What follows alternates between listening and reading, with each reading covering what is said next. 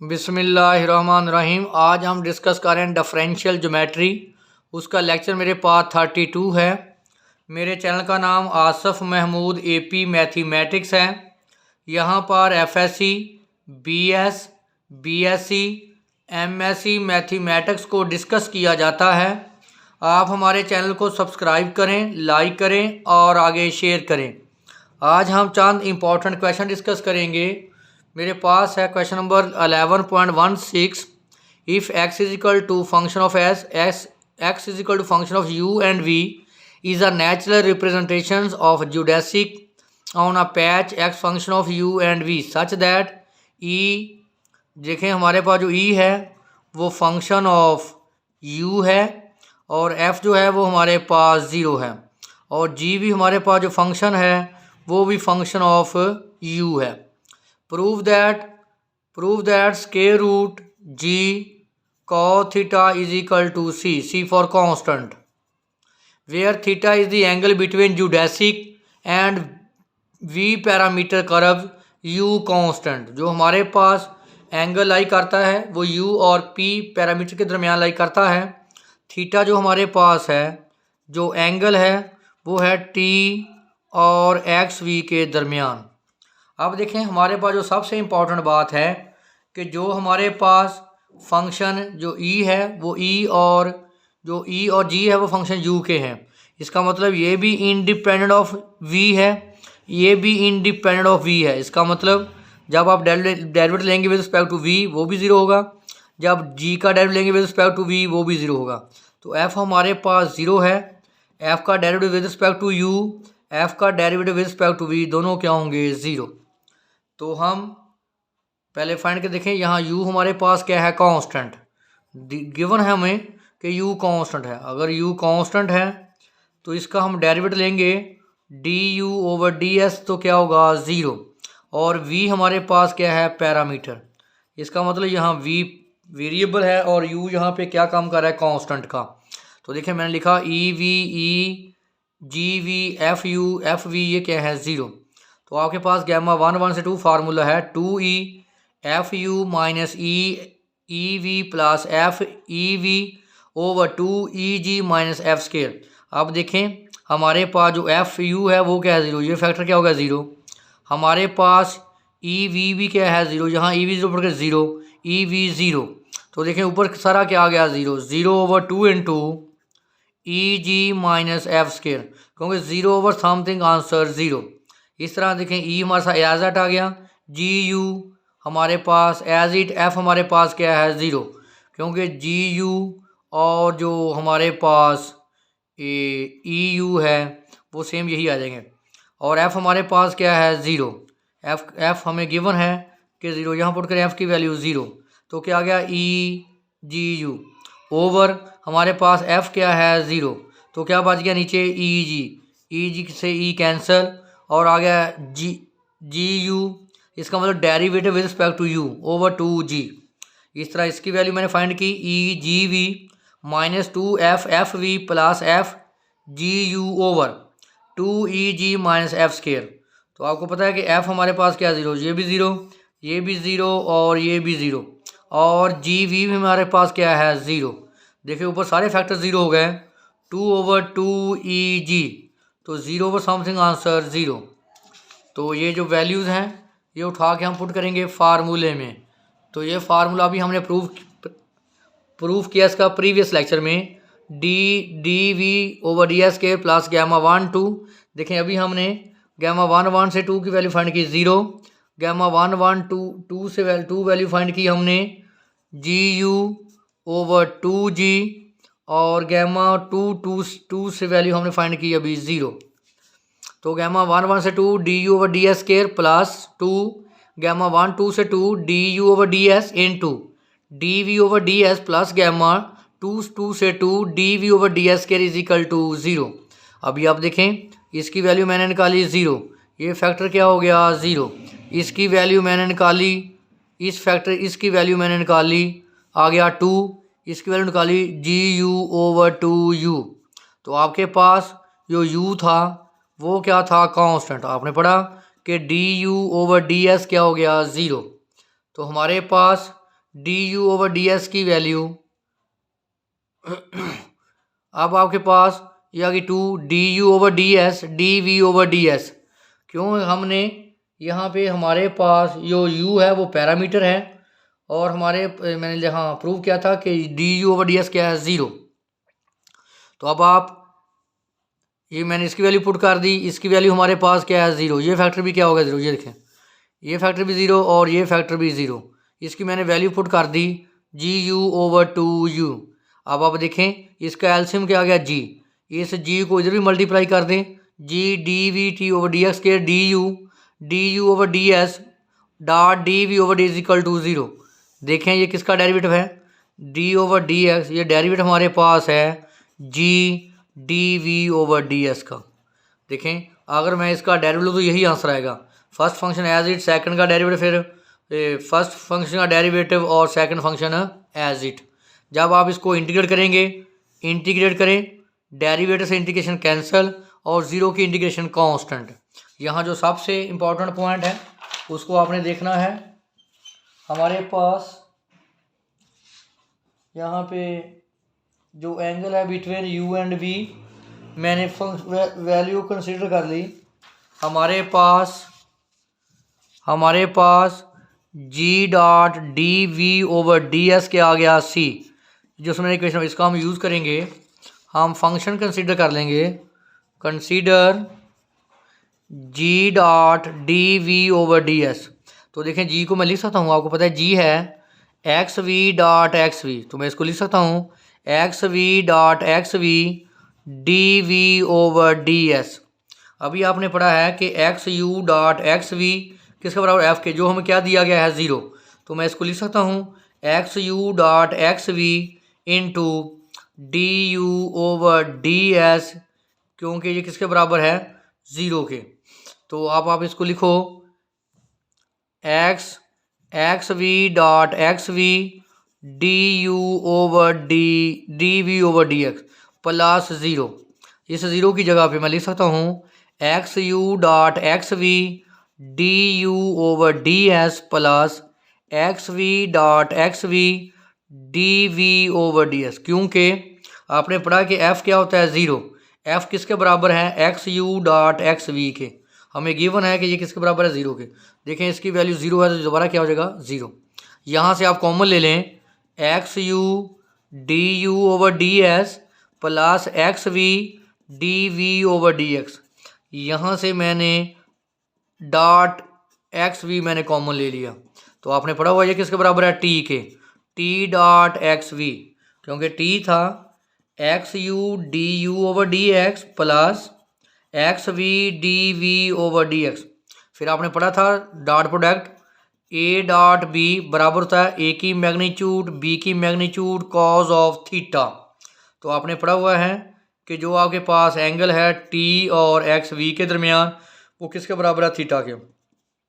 तो लें टी की मैग्नीट्यूड एक्स वी की मैग्नीट्यूड कॉज ऑफ थीटा, क्योंकि टी डॉट एक्स वी बराबर होगा टी की मैग्नीट्यूड एक्स वी की मैग्नीट्यूड कॉज ऑफ थीटा। तो आपको पता है कि टी क्या है यूनिट वेक्टर, इसकी मैग्नीट्यूड 1, तो क्या आ गया x v cos of theta. और क्लियर कर लें एक्स वी मैग्नीट्यूड का मतलब होता है square root x we dot x we. तो आपने पढ़ा हुआ है x we dot x we किसके बराबर होता है जी के, तो ये क्या आ गया स्क्वायर रूट जी। तो इसको लिखें square root g cos theta g d we over D S.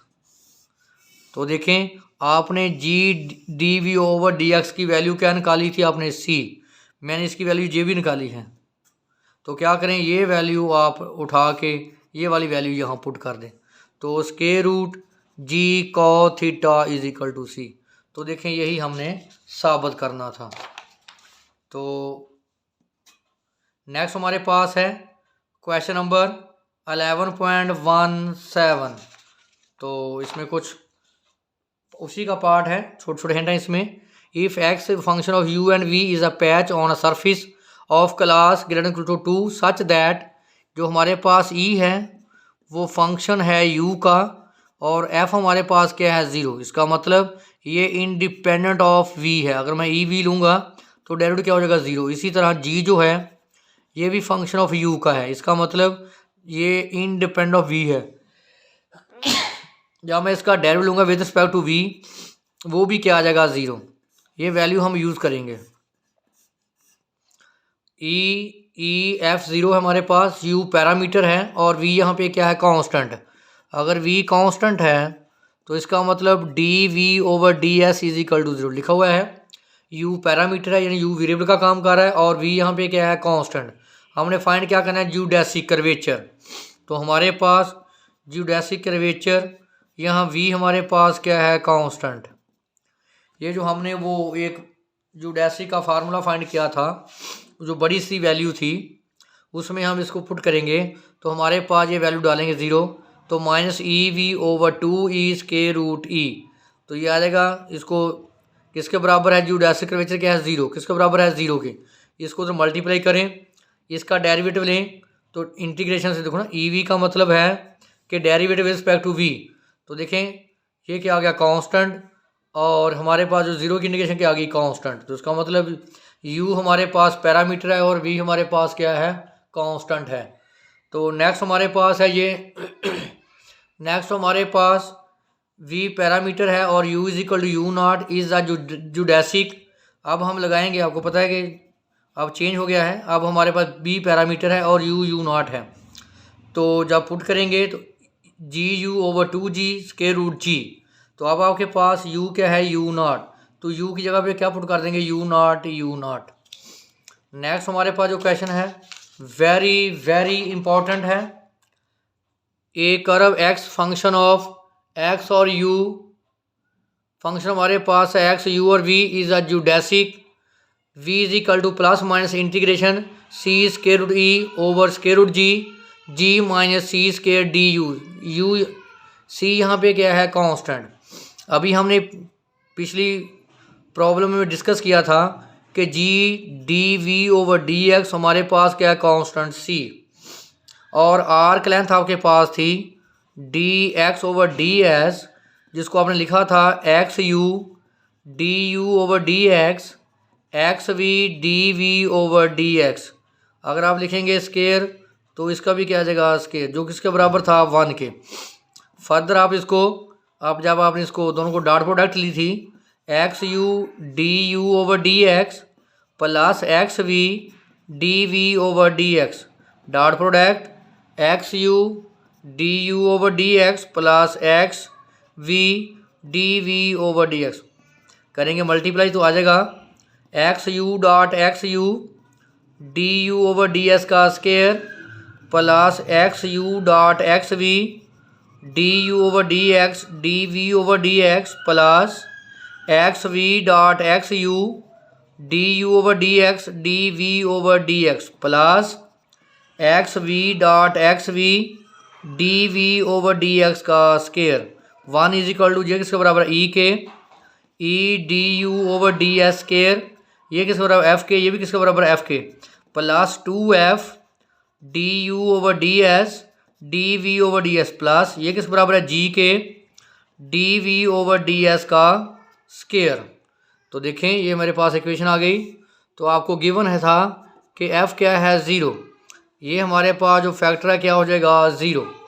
और यहाँ से अगर आप वैल्यू निकालें, यहाँ से g dv/ds is equal to c, तो यहाँ से dv/ds की वैल्यू आ जाएगी c/g। ये तो फैक्टर हमारे पास हो गया 0, क्योंकि f हमारे पास क्या है, 0।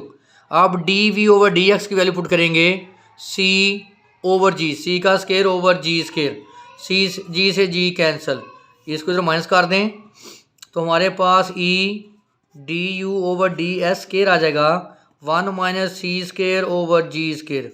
इसका एलसीएम लें, g square minus c square, तो du/ds का स्केयर, ये अगर हो जाएगी divide, g square minus c square over g square e। तो अब आप क्या करेंगे सॉरी, ये g से एक g कैंसिल हो गया, ये g है, तो ये आ जाएगा g।